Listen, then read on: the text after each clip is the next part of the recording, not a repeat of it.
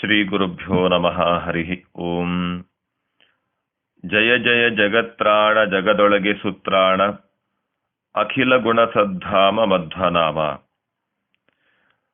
ಹರಿಗೆ ಚೂಡಾಮಣಿಯ ನಿತ್ತು ಹರಿಗಳ ಕೂಡಿ ಶರಧಿಯನು ಕಟ್ಟಿ ಬಲು ರಕ್ಕಸರನು ವರಸಿ ರಣದಲ್ಲಿ ದಶಶಿರನ ಹುಡಿಗಟ್ಟಿತ ಮೆರೆದ ಹನುಮಂತ ಬಲವಂತ ಧೀರ. ಶ್ರೀ ಶ್ರೀಪಾದರಾಜರು ಸುಂದರಕಾಂಡದ ವಿಶಿಷ್ಟವಾದ ಸನ್ನಿವೇಶವನ್ನು, ರಾಮದೇವರ ಸಾರ್ವಭೌಮತ್ವ, ಹನುಮಂತದೇವರ ನಿಸ್ಸೀಮ ಪೌರುಷವನ್ನು ವರ್ಣನೆ ಮಾಡುವ ಹಿಂದಿನ ಪದ್ಯದ ನಂತರದಲ್ಲಿ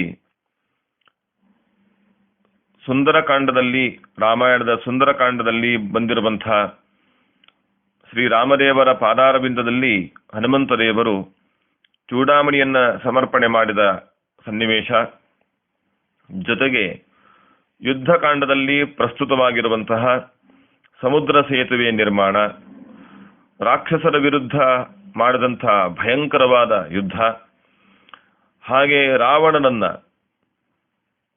ಎದುರಿಸಿ ಅನೇಕ ದೈತ್ಯರನ್ನ ಸಂಹಾರ ಮಾಡಿದಂತಹ ಘಟನೆಗಳೇನಿವೆ, ಇದು ಹನುಮಂತದೇವರ ಪೌರುಷಗಳು ಅಂತ ತಿಳಿಸುವಂತಹ ಪದ್ಯ ಇದು. ಆದರೆ ಈ ಘಟನೆಗಳ ನಿರ್ವಹಣೆಯಲ್ಲಿ ರಾಮಚಂದ್ರದೇವರ ಪಾತ್ರ, ಅಂದರೆ ಅವರ ಸ್ಥಾನಮಾನ, ಆನಂತರದಲ್ಲಿ ಹನುಮಂತದೇವರದೇ ಪ್ರಮುಖ ಪಾತ್ರ ಎನ್ನುವಂತಹ ತಿಳಿಸುವ ದೃಷ್ಟಿಕೋನ ಈ ಪದ್ಯದಲ್ಲಿದೆ. ಈ ಪದ್ಯದಲ್ಲಿ ಸಾಮಾನ್ಯವಾಗಿ ಏನು ಹೇಳ್ತಾರೆ ಅಂತ ನೋಡಿಕೊಂಡು ಮತ್ತೆ ನಾವು ಆ ಪದ್ಯದ ವಿಶಿಷ್ಟವಾದ ಪ್ರಯೋಗಗಳ, ಶಬ್ದದ ಪ್ರಯೋಗಗಳ ಅರ್ಥಾನುಸಂಧಾನ ಚಿಂತನೆಯನ್ನು ಮಾಡಲಿಕ್ಕೆ ಪ್ರಯತ್ನ ಮಾಡೋಣ. ಈ ಪದ್ಯದಲ್ಲಿ ಏನು ಹೇಳ್ತಾರೆ ಅಂದರೆ, ಸೀತಾದೇವಿಯರು ತನ್ನನ್ನ ನೆನಪಿಸಿಕೊಡುವಂತಹ ಒಂದು ಚೂಡಾಮಣಿಯನ್ನ ರಾಮದೇವರಿಗೆ ಸಮರ್ಪಣೆ ಮಾಡಿದ್ದಾರೆ. ಹನುಮಂತದೇವರಿಗೆ, ರಾಮದೇವರಿಗೆ ಕೊಡ್ಲಿಕ್ಕೋಸ್ಕರವಾಗಿ ಹನುಮಂತದೇವರಿಗೆ ಕೊಟ್ಟಿದ್ದಾರೆ. ಅದನ್ನ ರಾಮದೇವರಿಗೆ ಹನುಮಂತದೇವರು ಸಮರ್ಪಣೆ ಮಾಡಿದರು. ನಲ, ಜಾಂಬವಂತ, ಸುಗ್ರೀವ, ಅಂಗದ ಮೊದಲಾದಂತಹ ಕಪಿಗಳಿಂದ ಕೂಡಿಕೊಂಡು ಸಮುದ್ರದಲ್ಲಿ ಸೇತುವೆ ನಿರ್ಮಾಣ ಮಾಡ್ತಾರೆ. ಮೂಲಕವಾಗಿ ಲಂಕೆಗೆ ಬಂದು ಅಲ್ಲಿರುವಂತಹ ರಾಕ್ಷಸರನ್ನ ಸಂಹಾರ ಮಾಡಿ ವಿರುದ್ಧದಲ್ಲಿ ಹೋರಾಡಿ ಅವರನ್ನ ಸಂಹಾರ ಮಾಡ್ತಾರೆ. ದಶಶರಣಾಗಿರುವಂತಹ 10 ತಲೆಯ ರಾವಣನನ್ನ ಹುಡಿಗಟ್ಟಿ ಅವರನ್ನ ಪುಡಿ ಪುಡಿ ಮಾಡ್ತಾರೆ. ಈ ಮಟ್ಟದಲ್ಲಿ ರಾಮದೇವರ ಸೇವೆಯನ್ನ ಬಗೆಬಗೆಯಾಗಿ ಮಾಡಿದಂತಹ ಸೇವೆಯನ್ನ ಮಾಡಿದಂತಹ ಹನುಮಂತದೇವರು ನಿಜವಾಗಿ ಬಲವಂತ, ಧೀರ ಅಂತ ವಿಜೃಂಭಿಸಿದ್ದಾರೆ ಅಂತ ಈ ಪದ್ಯದಲ್ಲಿ ಹೇಳ್ತಾರೆ. ಮೊದಲಿಗೆ ಹೇಳುವುದೇನು, ಹರಿಗೆ ಚೂಡಾಮಣಿಯ ನಿತ್ತು. ಈ ಪದವನ್ನು ಯಾಕೆ ಹೀಗೆ ಪ್ರಯೋಗ ಮಾಡಿದರು? ರಾಮನಿಗೆ ಚೂಡಾಮಣಿ ನಿತ್ತು ಅಂತ ಹೇಳ್ಬೋದಿತ್ತು. ಅವರು ಶ್ರೀಪಾದರಾಜರು ರಾಮನಿಗೆ ಚೂಡಾಮಣಿ ನಿತ್ತು ಅಥವಾ ಸ್ವಾಮಿಗೆ ಚೂಡಾಮಣಿ ನಿತ್ತು, ದೊರೆಗೆ ಚೂಡಾಮಣಿ ನಿತ್ತು ಅಂತ ಹೇಳ್ಬೋದಾಗಿತ್ತು. ಹಾಗೆ ಮಾಡಲಿಲ್ಲ, ಹರಿಗೆ ಚೂಡಾಮಣಿ ನಿತ್ತು ಅಂತ ಹೇಳ್ತಾರೆ. ಈ ರೀತಿ ಪ್ರಯೋಗ ಮಾಡುವ ಉದ್ದೇಶ ಏನು ಅಂತಂದ್ರೆ, ಸೀತಾದೇವಿ ಚೂಡಾಮಣಿಯನ್ನ ಕೊಟ್ಟಿದ್ದಾರೆ. ಚೂಡಾಮಣಿಯನ್ನು ಕೊಟ್ಟದ್ದು ಯಾಕೆ? ಅದು ಕೇವಲ ಅಭಿಜ್ಞಾನವಾಗಿ, ಒಂದು ಜ್ಞಾಪಕವಾಗಿ ಕೊಟ್ಟಿರುವಂತಹದ್ದು. ಯಾರಿಗೆ ಜ್ಞಾಪಕವಾಗಿ ಕೊಟ್ಟಿದ್ದು? ರಾಮದೇವರಿಗೆ ನನ್ನ ನೆನಪು ಬರಲಿ ಎನ್ನುವ ಉದ್ದೇಶದಿಂದ ಹನುಮಂತ ದೇವರಿಗೆ ಕೊಡಲಿಕ್ಕೆ ಹೇಳ್ತಾರೆ. ನೀ ಇದನ್ನು ಕೊಡು, ಈ ಚೂಡಾಮಣಿಯನ್ನ ನನ್ನ ನೆನಪಿಸಿಕೊಳ್ಳಿಕ್ಕೋಸ್ಕರವಾಗಿ ಕೊಡು ರಾಮದೇವರಿಗೆ ಅಂತ ಕೊಡುವಾಗ ಅವರು ಕೆಲವು ಮಾತನ್ನು ಹೇಳ್ತಾರೆ, ಅನೇಕ ಅಂಶಗಳನ್ನ ಪ್ರಯೋಗ ಮಾಡ್ತಾರೆ. ಅವರು ಏನೇನು ಹೇಳಿದ್ದಾರೆ ಅಂದ್ರೆ, ರಾಮ ಸೀತೆಯರ ಒಂದು ಒಡನಾಟ, ಅವರ ಅನುಬಂಧ, ಅದನ್ನೆಲ್ಲವನ್ನ ಪರಿಚಯ ಮಾಡಿಕೊಟ್ಟಂಥವರು ಸೀತಾದೇವಿಯರು. ರಾಮಚಂದ್ರ ಅಂದ್ರೆ ಯಾರು, ರಾಮಚಂದ್ರರ ವ್ಯಕ್ತಿತ್ವ ಎಂಥದ್ದು, ಪ್ರಪಂಚದ ಯಾರಿಗೂ ಗೊತ್ತಿಲ್ಲದಿರುವಂತ ಅಂಶಗಳನ್ನು ಹೇಳ್ತಾರೆ. ರಾಮ ಸೀತೆಯರ ಮಧ್ಯದಲ್ಲಿ ನಡೆದಂತಹ ಘಟನೆಗಳೇನಿವೆ ಅದೆಲ್ಲವನ್ನ ಚೆನ್ನಾಗಿ ನಿರೂಪಣೆ ಮಾಡಿ ಆಮೇಲೆ ಈ ಚೂಡಾಮಣಿಯನ್ನ ಕೊಡ್ತಾರೆ, ಅವರಿಗೆ ಸಮರ್ಪಣೆ ಮಾಡುವಂತ. ಈ ರೀತಿ ಆ ಘಟನೆಗಳನ್ನೆಲ್ಲ ನೆನಪಿಸಿಕೊಂಡಂಥವರು, ಅರ್ಥಾತ್ ಸೀತಾದೇವಿಯರು ಹೇಳಿದಂಥ ಎಲ್ಲ ಅಂಶಗಳನ್ನ ಮನಸ್ಸಿಗೆ ತಂದುಕೊಂಡು ಹನುಮಂತ ದೇವರು ಸಮರ್ಪಣೆ ಮಾಡ್ತಾರೆ ರಾಮದೇವರಿಗೆ. ಹರಿಗೆ ಚೂಡಾಮಣಿಯ ನಿತ್ತು. ಸೀತಾದೇವಿಯರು ಹೇಳಿದ ವ್ಯಕ್ತಿತ್ವ ಉಳ್ಳವರು ಇವರು ರಾಮದೇವರು. ರಾಮದೇವರ ಬಗ್ಗೆ ಸ್ಪಷ್ಟ ಗೊತ್ತಿದೆ ಹನುಮಂತ ದೇವರಿಗೆ, ಆದರೆ ಸೀತಾದೇವಿಯರು ಕೊಟ್ಟಂತಹ ಭಾವನೆಗಳೇನಿವೆ ಅದೆಲ್ಲವನ್ನ ನೆನೆಸ್ಕೊಳ್ತಾರೆ. ಅದರಲ್ಲಿ ಎಲ್ಲವನ್ನು ನೋಡಬೇಕಾಗಿಲ್ಲ, ಕೆಲವನ್ನು ನಾವು ಚಿಂತನೆ ಮಾಡೋಣ. ಸಮಯದ ಸಾಮರ್ಥ್ಯ ದೃಷ್ಟಿಯಿಂದ ಈ ಮಾತನ್ನು ಹೇಳ್ತಿದ್ದೇನೆ ಅಷ್ಟೇ. ಏನಂದ್ರೆ, ಸೀತಾದೇವಿ ಅಭಿಜ್ಞಾನವನ್ನಾಗಿ ತನ್ನ ಚೂಡಾಮಣಿಯನ್ನ ನೀಡಿದ್ದಲ್ಲದೆ ಏನೇನು ಮಾತಾಡಿದ್ದಾರೆ ಅದನ್ನ ನೆನೆಸ್ಕೊಳ್ತಾರೆ. ಏನದು? ಅವರು ಚಿತ್ರಕೂಟದ ಬೆಟ್ಟದ ತಪ್ಪಲಲ್ಲಿದ್ದರು. ಅಲ್ಲಿ ಇಬ್ಬರೇ ಇದ್ರು ಅವರು, ರಾಮ ಸೀತೆಯರು, ರಾಮದೇವರು ಸೀತಾದೇವಿಯರು ಇಬ್ಬರೇ ಇದ್ರು. ಆಗ ಅಲ್ಲಿ ಒಂದು ಘಟನೆ ನಡೀತು. ಏನದು? ಕಾಕಾಸುರ ಬಂದ. ಕಾಕಾಸುರ ಬಂದವನೇ ಅವನು ಸೀತಾದೇವಿಯರ ಸ್ತನಕ್ಕೆ ತನ್ನ ಕೊಕ್ಕಿನಿಂದ ಚುಚ್ಚುತ್ತಾನೆ.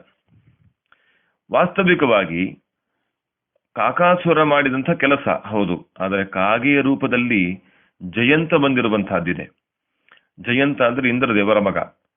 ಜಯಂತರೇ ಅಸುರಾವೇಶಕ್ಕೊಳಗಾಗಿ, ಕುರಂಗ ಅನ್ನುವಂಥ ಅಸುರಾವೇಶಕ್ಕೊಳಗಾಗಿ, ಒಬ್ಬ ದೈತ್ಯನ ಆವೇಶಕ್ಕೊಳಗಾಗಿ ಆ ಕಾಗೆಯ ರೂಪದಲ್ಲಿ ಬಂದು ಸೀತಾದೇವಿಯರ ಸ್ತನದ ಮೇಲೆ ತನ್ನ ಕೊಕ್ಕಿನಿಂದ ಚುಚ್ಚಿದ.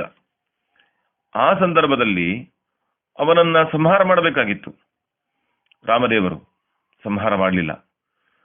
ಯಾಕೆಂದ್ರೆ ಅವನಿಗೆ ಸೀತಾದೇವಿಯಲ್ಲಿ ಅನುರಾಗ ಇದ್ದು ಹಾಗೆ ಮಾಡಿದ್ದಲ್ಲ. ಜಯಂತ ದೇವತೆ, ನಮ್ಮ ಪಾದಕ್ಕೆ ಅಭಿಮಾನಿಯಾದ ದೇವತೆ ಜಯಂತ. ನಾವು ನಡಿಬೇಕಾದ್ರೆ ಜಯಂತರನ್ನು ನೆನೆಸ್ಕೊಳ್ಬೇಕು ನಾವು. ದೊಡ್ಡ ದೇವತೆ ಅವರು, ಇಂದ್ರ ದೇವರ ಮಗ. ಅವರು ಈ ತಪ್ಪನ್ನು ಮಾಡೋದಿಲ್ಲ. ಆದರೆ ಸೀತಾದೇವಿಯರ ಸ್ತನಕ್ಕೆ ಚುಚ್ಚುವಂತ ಕೆಟ್ಟ ಕೆಲಸ ಮಾಡಿದ್ರಲ್ಲ, ಅದ್ರ ಬಗ್ಗೆ ಅಷ್ಟು ಲಾಲಸೆಯೋ, ಅಷ್ಟು ಅಶ್ಲೀಲವಾಗಿರುವಂತಹ ಪ್ರವೃತ್ತಿಯೋ ಅಂದ್ರೆ ಅದಕ್ಕೆ ಹೇಳ್ತಾರೆ, ಅವರಿಗೆ ಸೀತಾದೇವಿಯಲ್ಲಿ ಅನುರಾಗ ಇದ್ದು ಮಾಡಿದ್ದಲ್ಲ, ಮತ್ತೆ ಅಸುರಾವೇಶದಿಂದ ಆಗಿರುವಂತ ಸಹವಾಸ ದೋಷ ಇದು. ದೈತ್ಯರ ಸಹವಾಸ ಆಗಿದ್ದಕ್ಕೋಸ್ಕರವಾಗಿ ಇಂಥದ್ದು ಮಾಡಿದ್ದಾರೆ. ಆದ್ದರಿಂದ ಇದು ಅಪರಾಧ, ಹೌದು, ಕ್ಷಮ್ಯ ಅಪರಾಧ.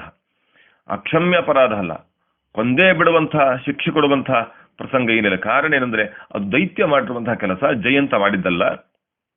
ಹಾಗಾಗಿ ರಾಮದೇವರು ಏನ್ ಮಾಡಿದ್ರು, ಜಯಂತನನ್ನ ಸಂಹಾರ ಮಾಡದೆ ಬಿಟ್ಟು ಬಿಡ್ತಾರೆ. ಆದರೆ ಜಯಂತನ ಜೊತೆಗೆ ಇರುವಂತಹ ಕುರಂಗನನ್ನ ಸಂಹಾರ ಮಾಡ್ತಾರೆ. ಇದನ್ನ ಹೇಳ್ತಾರವರು, ಸೀತಾದೇವಿಯರು ಹೇಳ್ತಾರೆ, ಒಬ್ಬ ಕಾಕಾಸುರ ಬಂದು ನನಗೆ ಹೀಗೆ ಮಾಡಿದ, ಆದರೆ ರಾಮದೇವರು ಯಾರನ್ನ ಹೇಗೆ ಶಿಕ್ಷಿಸಿದ್ರು, ಹೇಗೆ ಉದ್ಧಾರ ಮಾಡಿದ್ರು ಅನ್ನೋ ಚಿಂತನೆ ಕೊಡ್ತಾರೆ. ಅದನ್ನ ಶ್ರೀಪಾದರಾಜರು ಸೆರೆ ಹಿಡಿತಾರೆ. ಆ ಅಂಶವನ್ನ ಬಹಳ ಸುಂದರವಾಗಿ ಹೇಳ್ತಾರೆ. ರಾಮನಿಗೆ ಚೂಡಾಮಣಿ ಅಂತ ಹೇಳ್ಬೋದಾಗಿತ್ತು, ಇಲ್ಲ ಹರಿಗೆ ಚೂಡಾಮಣಿ ಅಂತ. ಏನಂದ್ರೆ ಈ ಕಥೆಗಳೆಲ್ಲ ಸೇರಿಸ್ಕೊಳ್ತಾರಲ್ಲಿ, ಆ ಶಬ್ದದಲ್ಲಿ ಆ ಧ್ವನಿ ತುಂಬುತ್ತಾರೆ. ಏನಂತ, ಹರಿ ಶಬ್ದಕ್ಕೆ ಅರ್ಥ ಏನು? ಹರತಿ ಇತಿ ಹರಿಹಿ, ಹರತಿ ಪರಿಹರತಿ ಅಂತ. ಹರಣ ಅಂದ್ರೆ ಸೆಳೆಯುವುದು, ಕೊಲ್ಲುವುದು ಅಂತ ಅರ್ಥ. ಅನೇಕ ರೀತಿಯ ಅರ್ಥ ಇದೆ. ಹರತಿ ಪರಿಹರತಿ, ಯಾವುದನ್ನ? ಜಯಂತನ ಪಾಪಕೃತ್ಯವನ್ನ ಮತ್ತು ಅಸುರಾವೇಶವನ್ನ ಬೇರ್ಪಡಿಸುವುದರ ಮೂಲಕ ಪರಿಹಾರ ಮಾಡಿದವನಾದ್ದರಿಂದ ಹರಿ. ವಾಸ್ತವಿಕವಾಗಿ ಒಳ್ಳೆಯವನು, ಆದರೆ ಕುರಂಗನಾಮಕ ದೈತ್ಯನ ಅಸುರಾವೇಶದಿಂದಾಗಿ, ಅವನ ಆವೇಶದಿಂದಾಗಿ ತಪ್ಪು ಮಾಡಿದಂತಹ ಜಯಂತನನ್ನ ದುಷ್ಟಶಕ್ತಿಯಿಂದ ದೂರ ಮಾಡಿ ಅವನನ್ನ ಕ್ಷಮಿಸ್ತಾನೆ, ಅವರನ್ನ ಪರಿಹಾರ ಮಾಡ್ತಾನೆ, ದೋಷದಿಂದ ಪರಿಹಾರ ಮಾಡ್ತಾನೆ. ಹಾಗೆ ಅಂಥ ಅಪರಾಧಕ್ಕೆ ಮೂಲ ಕಾರಣನಾಗಿರುವಂತಹ ಕುರಂಗಾಸುರೇನಿದ್ದಾನೆ ಅವನನ್ನ ಸಂಹರತಿ. ಹರತಿ ಸಂಹರತಿ ಕುರಂಗಾಸುರಂ ಇತಿ ಹರಿಹಿ, ಅವನನ್ನು ಸಂಹಾರ ಮಾಡ್ತಾನೆ. ಹಾಗೆ ಕುರಂಗಾಸುರನಿಗೆ ಆಶ್ರಯ ಕೊಟ್ಟಂತಹದ್ದು ಕಾಗೆಗಳು. ಹಾಗಾಗಿ ದೇವರೇನು ಮಾಡಿದ, ಕಾಗೆಗಳ ಒಂದು ಕಣ್ಣನ್ನು ಕಿತ್ತು ಬಿಡ್ತಾನೆ. ಅವನಿಗೆ ಒಂದು ವರ ಇರುತ್ತೆ. ಹಾಗಾಗಿ ಮುಂದೆ ಹುಟ್ಟುವ ಈ ಕಾಗೆಗಳು ಒಂದೇ ಕಣ್ಣನ್ನು ಹೊಂದಿಕೊಳ್ಳುವಂತೆ ಮಾಡಿಬಿಡ್ತಾನೆ ದೇವರು. ಹಾಗಾಗಿ ಹರತಿ ಅಪಹರತಿ ವಾಯಸಾನಾಂ ಏಕಂ ಅಕ್ಷಿ ಇತಿ ಹರಿಹಿ. ಅಂದ್ರೆ ಇಡೀ ವೃತ್ತಾಂತ ತಗೊಂಡ್ಬಿಡ್ತಾರೆ ಶ್ರೀಪಾದರಾಜರು. ಅವರು ಏನೇನು ಹೇಳಿಕೊಟ್ಟಿದ್ರೋ ಆ ಭಾವನೆಗಳನ್ನ ತಗೊಳ್ತಾರೆ. ಹೀಗೆ ಹರಿ ಶಬ್ದಕ್ಕೆ ಪರಿಹಾರ ಮಾಡುವವನು, ಸಂಹಾರ ಮಾಡುವವನು, ಅಪಹಾರ ಮಾಡುವವನು ಅಂತ ಅನೇಕ ಅರ್ಥಗಳಿದೆ. ಹೀಗಾಗಿ ದುಷ್ಟನಿಗೆ ಆಶ್ರಯ ಕೊಟ್ಟಂತಹ ಕಾಗೆಗಳ ಒಂದು ಕಣ್ಣನ್ನ ಅಪಹಾರ ಮಾಡ್ತಾನೆ. ಯಾಕಂದ್ರೆ ಎರಡು ಕಣ್ಣಿದ್ದಾಗ ಅವನು ಬಂದು ಕೂತ್ಕೊಳ್ತಾನೆ ಅಂತ. ಅದಕ್ಕೆ ಎರಡು ಕಣ್ಣು ಇಲ್ಲದಂತೆ ಒಂದೇ ಕಣ್ಣಿಗೆ ಅವಕಾಶ ಮಾಡಿಕೊಟ್ಟು ಬಿಡ್ತಾರೆ. ಅವತ್ತಿಂದ ಇವತ್ತಿಗೂ ಕೂಡ ಕಾಗೆಗಳಿಗೆ ಒಂದೇ ಕಣ್ಣಿರೋದು, ಒಂದೇ ಕಣ್ಣು. ನಮಗೆ ನೋಡ್ಲಿಕ್ಕೆ ಎರಡು ಅಂತ ಅನ್ಸುತ್ತೆ, ಗೋಳಕಾದೇವ್ ಆ ವಾಸ್ತವಿಕ ಕಣ್ಣಿರೋದು ಒಂದೇ. ಅದು ಏಕಾಕ್ಷಿ ಅಂತ ಕರೀತಾರೆ ಅದನ್ನ. ಅದೇ ರೀತಿ ಇದಕ್ಕೆ ಕಾರಣನಾಗಿರ್ತಕ್ಕಂತಹ ಕುರಂಗಾಸುರನನ್ನ ಸಂಹಾರ ಮಾಡ್ತಾರೆ. ಮತ್ತೆ ಕುರಂಗಾಸುರನ ಸಹವಾಸದಲ್ಲಿ ತಪ್ಪನ್ನ ಮಾಡಲಿಕ್ಕೆ ಮಾಡಿದಂತಹ ಒಳ್ಳೆಯ ವ್ಯಕ್ತಿ ಜಯಂತ, ಅವರನ್ನ ಪರಿಹಾರ ಮಾಡ್ತಾರೆ, ಪಾಪದಿಂದ ಪರಿಹಾರ ಮಾಡ್ತಾರೆ. ಯಾಕೆ? ಭಕ್ತರಾದ್ದರಿಂದ ಅಂತ. ಹೀಗೆ ಚಿತ್ರಕೂಟ ಪರ್ವತದ ತಪ್ಪಲಲ್ಲಿ ನಡೆದಂತಹ ವಾಯಸ ವೃತ್ತಾಂತವನ್ನು ಕೂಡ ಸೀತಾದೇವಿ ತನ್ನ ಅವಿಜ್ಞಾನವಾಗಿ ರಾಮಚಂದ್ರರಿಗೆ ಕೊಡ್ಲಿಕ್ಕೆ ಹೇಳುವ ಸಂದರ್ಭದಲ್ಲಿ ಇದನ್ನೆಲ್ಲೇ ಹೇಳಿದ್ರು. ಅದನ್ನ ನೆನೆಸ್ಕೊಳ್ತಾರೆ ಹನುಮಂತ ದೇವರು. ಇಂಥ ದೇವರಿವನು, ತಪ್ಪನ್ನ ಕ್ಷಮಿಸುವ, ದುಷ್ಟರನ್ನ ಶಿಕ್ಷಿಸುವ, ದುಷ್ಟರಿಗೆ ಆಶ್ರಯ ಕೊಟ್ಟಂಥವರಿಗೂ ಎಚ್ಚರಿಕೆಯನ್ನು ಕೊಡತಕ್ಕಂತಹ ದೇವರಿವನು.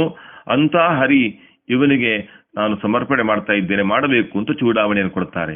ಇನ್ನೊಂದು ಅದ್ಭುತವಾಗಿರುವಂತಹದ್ದೇನೆಂದ್ರೆ, ಅವನು ಯಾರು ರಾಮಚಂದ್ರ? ಸಾಮಾನ್ಯ ವ್ಯಕ್ತಿಯಲ್ಲ. ಸಾಮಾನ್ಯ ವ್ಯಕ್ತಿಯಲ್ಲ ಅಂದ್ರೆ ತನಗೆ ಆಗ್ಲಿಲ್ಲ ಅಂತ ನನ್ನನ್ನು ಕಳಿಸಿದವನಲ್ಲ, ತನ್ನ ಕೈಯಲ್ಲಿ ಕೆಲಸ ಆಗೋದಿಲ್ಲ ಅಂತ ಕಪಿಗಳನ್ನ ಸಹಾಯಕ್ಕೆ ಇಟ್ಟುಕೊಂಡದ್ದಲ್ಲ. ಮಹಾಸಮರ್ಥನಾದ ದೇವರಿಗೆ ಕಪಿಗಳ ಸಹಾಯ ಯಾಕೆ ಬೇಕು ಅಂತ ಕೇಳ್ತಾರೆ ಆಚಾರ್ಯರು. ನಾವು ಬೇಕಾಗಿಲ್ಲ, ಆದರೆ ನಮ್ಮ ಮೇಲಿನ ಕಾರುಣ್ಯ, ನಮ್ಮ ಮೇಲಿನ ವಾತ್ಸಲ್ಯದಿಂದ ನಮಗೆ ಸೇವೆ ಕೊಡೋ ದೃಷ್ಟಿಯಿಂದ ಈ ಕೆಲಸ ಮಾಡಿಸಿದ್ದಾನೆ. ಇವನು ಯಾರು? ಹರಿ. ರಾಮಚಂದ್ರ ಸಾಮಾನ್ಯವಾದ ವ್ಯಕ್ತಿಯಲ್ಲ, ಅವನು ರಾಮ ಹರಿ. ಆಚಾರ್ಯರು ಇದರ ಭಾವನೆಯನ್ನು ಕೊಡ್ತಾರೆ. ರಾಮಂ ಸುರೇಶ್ವರಂ ಅಗಣ್ಯ ಗುಣಾಭಿರಾಮಂ ಸಂಪ್ರಾಪ್ಯ. ಇಲ್ಲಿ ಹರಿಗೆ ಚೂಡಾಮಣಿಯನ್ನಿತ್ತು ಅಂತ ಹೇಳುವುದರ ಸ್ಫೂರ್ತಿ ಆಚಾರ್ಯರ ಮಾತು. ಅವನು ಯಾರು ಅಂದ್ರೆ, ರಾಮಚಂದ್ರ ಯಾರು ಅಂದ್ರೆ, ರಾಮಂ ಸುರೇಶ್ವರಂ ಅಗಣ್ಯ ಗುಣಾಭಿರಾಮಂ. ಅಗಣಿತ ಗುಣಪರಿಪೂರ್ಣನಾದಂತಹ ದೇವರು ಸುರೇಶ್ವರನಾದವನು, ಸುರೋತ್ತಮನಾದವನು. ಅಂಥ ಸುರೋತ್ತಮನಾದ ದೇವರೇ ಆ ಹರಿಯೇ ಈ ರಾಮಚಂದ್ರ. ಈ ಅನುಸಂಧಾನದಿಂದ ಕೊಟ್ಟವರು ಹನುಮಂತ ದೇವರು. ಅರ್ಥಾತ್ ಅವರು ಪರಶುಕ್ಲರು. ದೇವರನ್ನು ಎಂದಿಗೂ ಕೂಡ ವ್ಯತ್ಯಾಸವಾಗಿ ತಿಳಿದವರಲ್ಲ, ಅವರನ್ನ ವಿರುದ್ಧವಾಗಿ ನೋಡಿದವರಲ್ಲ, ದೇವರ ವ್ಯಕ್ತಿತ್ವಕ್ಕೆ ವಿರುದ್ಧವಾಗಿ ನೋಡಿದವರಲ್ಲ ಹನುಮಂತ ದೇವರು. ಅವರು ಪರಶುಕ್ಲರು. ಎಂದೆಂದಿಗೂ ಪರಬ್ರಹ್ಮನ ವಿಷಯದಲ್ಲಿ ಶುದ್ಧವಾದಂತಹ ವ್ಯಕ್ತಿತ್ವವನ್ನು ಹೊಂದಿದವರು. ಅಜ್ಞಾನಕ್ಕೆ ಅವಕಾಶಗಳಿಲ್ಲ, ವಿಪರೀತ ಜ್ಞಾನಕ್ಕೆ ಅವಕಾಶಗಳಿಲ್ಲ. ಅಂಥ ರಾಮದೇವರನ್ನ ನೋಡಿ ಸೀತಾದೇವಿಯರು ಕೊಟ್ಟಂತಹ ಜ್ಞಾಪಿಕೆ ಅಂದ್ರೆ ಅದು ಚೂಡಾಮಣಿ, ಅದನ್ನ ಸಮರ್ಪಣೆ ಮಾಡಿದರು. ಚೂಡಾಮಣಿಯನ್ನ ಸಮರ್ಪಣೆ ಮಾಡುವಾಗ ಏನು ಅನುಸಂಧಾನ ಇತ್ತು? ಸೀತಾದೇವಿಯರು ಹೇಳಿದ ವೃತ್ತಾಂತದ ಭಾವನೆಯೂ ಇತ್ತು, ಜೊತೆಗೆ ಇವನು ಪರಬ್ರಹ್ಮ ಅನ್ನುವಂತಹ ಸ್ಪಷ್ಟ ಜ್ಞಾನ ಹನುಮಂತ ದೇವರಿಗೆ ಇತ್ತು ಎನ್ನುವ ಭಾವನೆ ಕೊಡ್ಲಿಕ್ಕೋಸ್ಕರವಾಗಿ ಹರಿಗೆ ಚೂಡಾಮಣಿ ಏನಿತ್ತು ಅಂತ ಶ್ರೀಪಾದರಾಜರು ಹೇಳ್ತಾರೆ. ಚೂಡಾಮಣಿ ಅಂತಂದ್ರೆ ಏನು? ಸಾಮಾನ್ಯವಾಗಿ ಅದೊಂದು ಅದ್ಭುತವಾದಂತಹ ಒಂದು ವಿಶಿಷ್ಟವಾದ ಆಭರಣ ಅಂತ ಅನ್ಕೊಳ್ತೇವೆ. ಚೂಡಾಮಣಿ ಕೇವಲ ಜನಕರಾಜರಿಗೆ ಸಿಕ್ಕಿರುವಂತಹದ್ದು, ಸೀತಾದೇವಿಯರಿಗೆ ಮಾತ್ರ ಇರುವಂತಹದ್ದು. ಚೂಡಾಮಣಿ ಅಂದ್ರೆ ಜಡೆಯಲ್ಲಿ ಇರ್ತಕ್ಕಂತಹ ಸ್ತ್ರೀಯರು ಧರಿಸುವಂತಹ ಒಂದು ಆಭರಣ ಅಷ್ಟೇ ಅಂತ ಅನ್ಕೊಳ್ತೇವೆ. ಆದರೆ ಅದನ್ನ ಪಡೆದದ್ದು ಹೇಗೆ? ಸೀತಾದೇವಿಯರಿಗೆ ಜನಕರಾಜರು ಕೊಟ್ಟಿದ್ದು ಮದುವೆಯ ಸಂದರ್ಭದಲ್ಲಿ. ಸಮುದ್ರದಲ್ಲಿ ಹುಟ್ಟಿದಂತಹ ಮಣಿ ಅದು. ದೇವತೆಗಳೆಲ್ಲ ಅದನ್ನು ವಿಶೇಷವಾಗಿ ಉಪಾಸನೆ ಮಾಡ್ತಿದ್ದರಂತೆ. ಜನಕರಾಜರ ಒಂದು ಯಜ್ಞದಿಂದ ಸಂತುಷ್ಟರಾಗಿರುವಂತಹ ಇಂದ್ರದೇವರು ಜನಕರಾಜರಿಗೆ ವಿಶೇಷ ಅನುಗ್ರಹ ಮಾಡಿ ಕೊಟ್ಟಿದ್ದಾರೆ. ಇದು ವಾಲ್ಮೀಕಿ ರಾಮಾಯಣದಲ್ಲಿ ಬರುವಂತಹ ಪ್ರಸಂಗ. ಆದ್ದರಿಂದ ಮಣಿರತ್ನಮಿದಂ ದತ್ತಂ ವೈದೇಹ್ಯಾಹ ಶಶುರೇಣಮೇ ವಧೂಕಾಲೆ ಯಥಾಬದ್ಧಂ ಅಧಿಕಂ ಮೂರ್ತಿ ಶೋಭತೆ ಅಯಂ ಹಿ ಜಲಸಂಭೂತೋ ಮಣಿಸಜ್ಜನ ಪೂಜಿತಃ ಯಜ್ಞೆ ಪರಮತುಷ್ಟೇನ ದತ್ತಶಕ್ರೇಣ ಧೀಮತ ಅಂತ ವಾಲ್ಮೀಕಿ ರಾಮಾಯಣದಲ್ಲಿ ನಿರೂಪಣೆ ಮಾಡ್ತಾರೆ. ಇಂದ್ರದೇವರಿಂದ ಅನುಗ್ರಹಿತವಾಗಿರುವಂತಹ ಮಣಿ ಇದು. ಅದ್ಭುತವಾದ ಅನರ್ಘ್ಯವಾಗಿರುವಂತಹ ಮಣಿ. ದೇವತೆಗಳಿದನ್ನು ಉಪಾಸನೆ ಮಾಡಿದ್ದಾರೆ. ಅಂಥ ಮಣಿಯನ್ನ ಜನಕರಾಜರಿಗೆ ಕೊಟ್ಟರೆ ಜನಕರಾಜರು ತನ್ನ ವಿಶಿಷ್ಟವಾಗಿರುವಂತಹ ಮಗಳಾದಂತಹ ಜಾನಕಿಗೆ ಕೊಟ್ಟಿದ್ದಾರೆ. ಜಾನಕಿ ದೇವಿ, ಸೀತಾದೇವಿಯರು ಇವತ್ತು ಅದನ್ನ ಭಗವಂತನಿಗೆ ಸಮರ್ಪಣೆ ಮಾಡಿ ಅವನ ಪಾದಬುಡದಲ್ಲಿ ಸಮರ್ಪಣೆ ಮಾಡಲಿಕ್ಕೆ ಕೊಟ್ಟಿದ್ದಾರೆ ಜ್ಞಾಪಿಕೆಯಾಗಿ. ಇಂಥ ಚೂಡಾಮಣಿಯನ್ನ ನಮ್ಮ ರಾಮದೇವರಿಗೆ ಸಮರ್ಪಣೆ ಮಾಡಿದ ಹನುಮಂತ ದೇವರು ಏನಂತ ಹೇಳಿದ್ರು ರಾಮದೇವರನ್ನ? ರಾಮಚಂದ್ರ ಅಂದ್ರೆ ಹರಿ. ಅವನು ಸರ್ವೋತ್ತಮನಾದವನು, ಗುಣಪೂರ್ಣನಾದವನು, ಪಾಪವನ್ನ ಪರಿಹಾರ ಮಾಡುವವನು, ದುಷ್ಟರನ್ನ ಸಂಹಾರ ಮಾಡುವವನು, ದುಷ್ಟರಿಗೆ ಆಶ್ರಯ ಕೊಟ್ಟಂಥವರನ್ನ ಎಚ್ಚರಿಸುವವನು. ಹಾಗಾಗಿ ಅಂತಹ ದೇವರ ಅನುಸಂಧಾನ ನಮಗಿರಬೇಕು ಅನ್ನೋ ದೃಷ್ಟಿಯಿಂದ ಹರಿಗೆ ಚೂಡಾಮಣಿ ಏನಿತ್ತು ಎನ್ನುವ ಶಬ್ದವನ್ನ ಪ್ರಯೋಗ ಮಾಡಿದ್ದಾರೆ ಅಂತ ಭಾವಿಸ್ತಾ ಮುಂದಿನ ಶಬ್ದಗಳ ಅರ್ಥಾನುಸಂಧಾನಕ್ಕಾಗಿ ನಾಳೆ ಸೇರೋಣ. ಶ್ರೀಕೃಷ್ಣಾರ್ಪಣ ಮತ್ತು ಶ್ರೀಮಧ್ವೇಶ ಅರ್ಪಣ.